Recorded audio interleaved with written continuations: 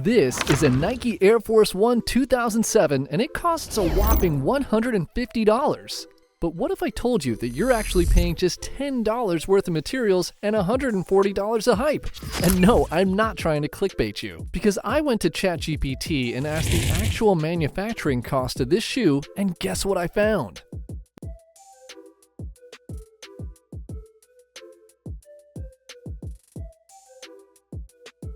Yes, welcome to the shocking truth about what it really costs to make a sneaker. So why this hefty price tag for something that barely costs a fraction of the price? Is this all a massive scam packaged in aspiring boxes? Let's find out. So you're in a store, drooling over that shiny pair of $160 running shoes. Your brain, dripping with common sense, mutters, "Wait, $30 to make this, and they're selling it for $160? This is daylight robbery."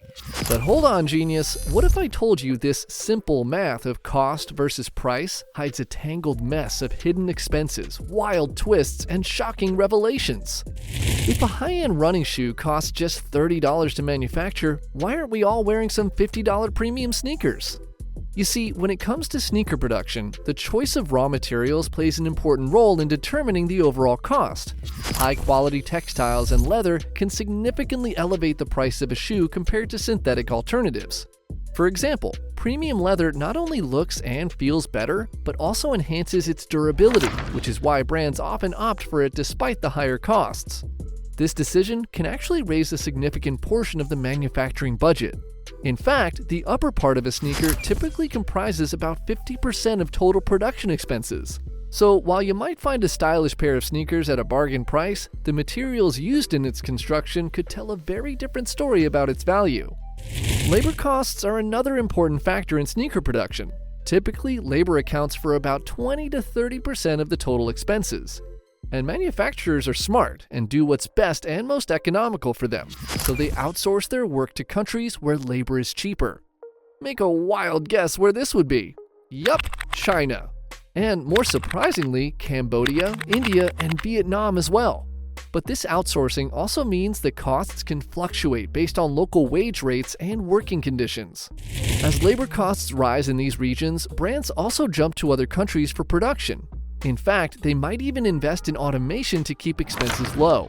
This constant balancing act between cost efficiency and maintaining quality is a challenge that sneaker brands face on a regular basis. And let's not overlook the design and prototyping phase, which adds another layer of complexity and cost. Creating a new sneaker design involves skilled labor and often requires multiple prototypes before arriving at the final product. Each prototype adds to the overall expenditure, as designers refine every detail to ensure it meets both aesthetic as well as functional standards. This process can be quite costly, but sometimes ranging from thousands to tens of thousands of dollars depending on the challenges involved. Ultimately, the raw materials, labor, and design could combine to shape not just the price tag, but also the value of your favorite sneakers.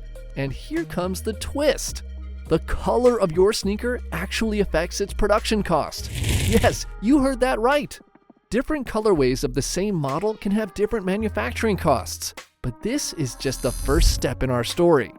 But the color is just the tip of the iceberg. Meet the FOB cost, or free on board.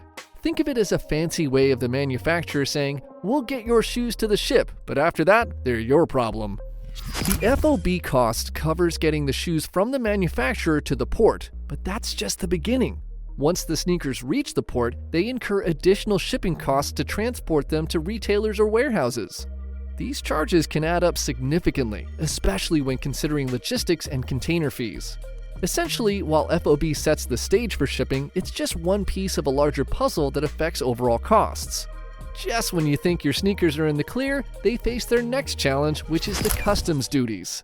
Here's a fascinating thing. Different types of footwear face different duty rates, ranging from 10% to 20%. It's almost like a lottery, except the prize is paying more taxes. By the time your shoes clear customs, their cost has typically jumped about 21% higher than the factory price. We call this the landed cost, though survive the journey cost might be more accurate.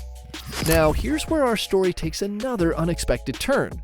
Remember that $160 price tag? The brand typically only sees about half of that money. Why? Because most shoes aren't sold directly by Nike or Adidas, but they go through retailers like Foot Locker or Amazon. These middlemen need their part too, usually around 50% of the retail price. So that $160 shoe, the brand only gets about $80. But surely $80 is still a huge profit on a $30 manufacturing cost, right? Well, sadly not.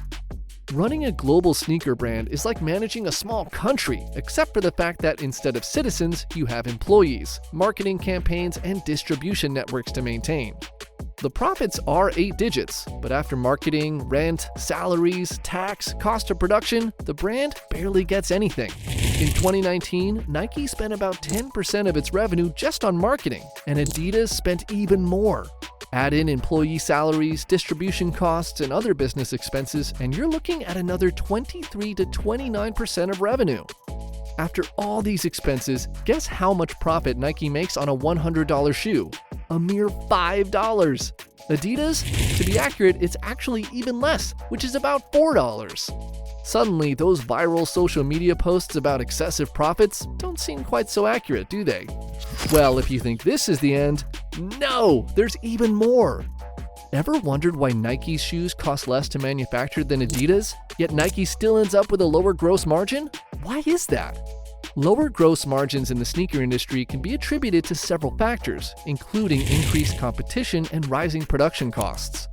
Brands often face intense price wars, which can force them to lower prices or offer significant discounts to attract consumers.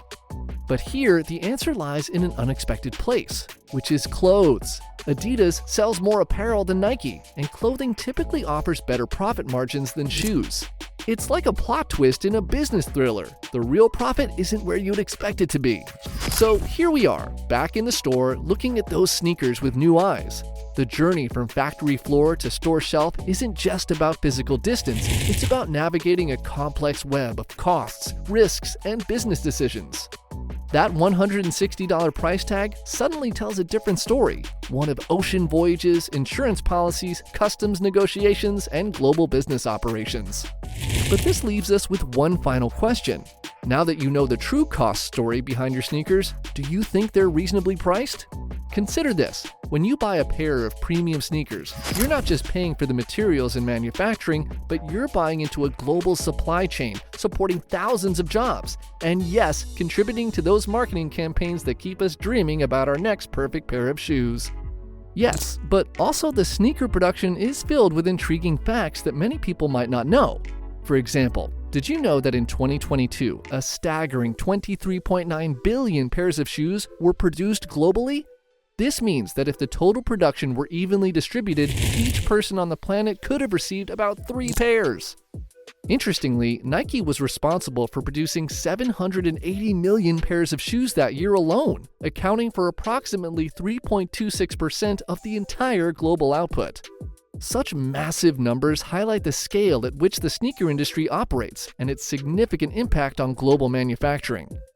Another fascinating aspect of sneaker production is how costs are allocated across different components.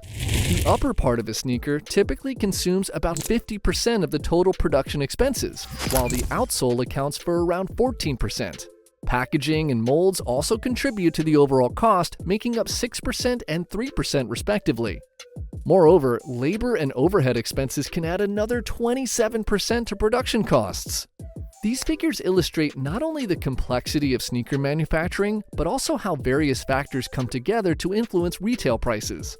Understanding these details sheds light on why premium sneakers often come with a hefty price tag despite their seemingly straightforward construction. While there are no direct testimonies from notable figures specifically about sneaker prices, insights from sneaker culture reveal a kind of a broader perspective on the value and perception of sneakers. For instance, Shaurya Talwar, a VP at Soul Search, highlights how sneaker prices can reflect not just the cost of materials, but also cultural significance. He notes that some sneakers, like the Travis Scott X Air Jordan collaboration, can sell for close to $2,300, prompting questions about taste versus wealth among wearers. This just shows how sneakers have transcended mere footwear to become status symbols and expressions of identity. The next time someone tells you that big brands are ripping us off with their shoes, you might want to share this story. After all, like any good tale, the truth about sneaker pricing is far more fascinating than fiction. And here's one last twist to think upon. In a world where we often question the value of things, perhaps the real question isn't why do these shoes cost so much, but rather what stories do our everyday purchases tell about our interconnected global economy? Because sometimes the most interesting stories aren't about where we're going, but about how we got there, one step and one sneaker at a time. That's a wrap. If you enjoyed this video, don't forget to hit that subscribe button and turn on notifications so you never miss out. Also, make sure to check out our previous videos as it's even crazier and you won't want to miss it.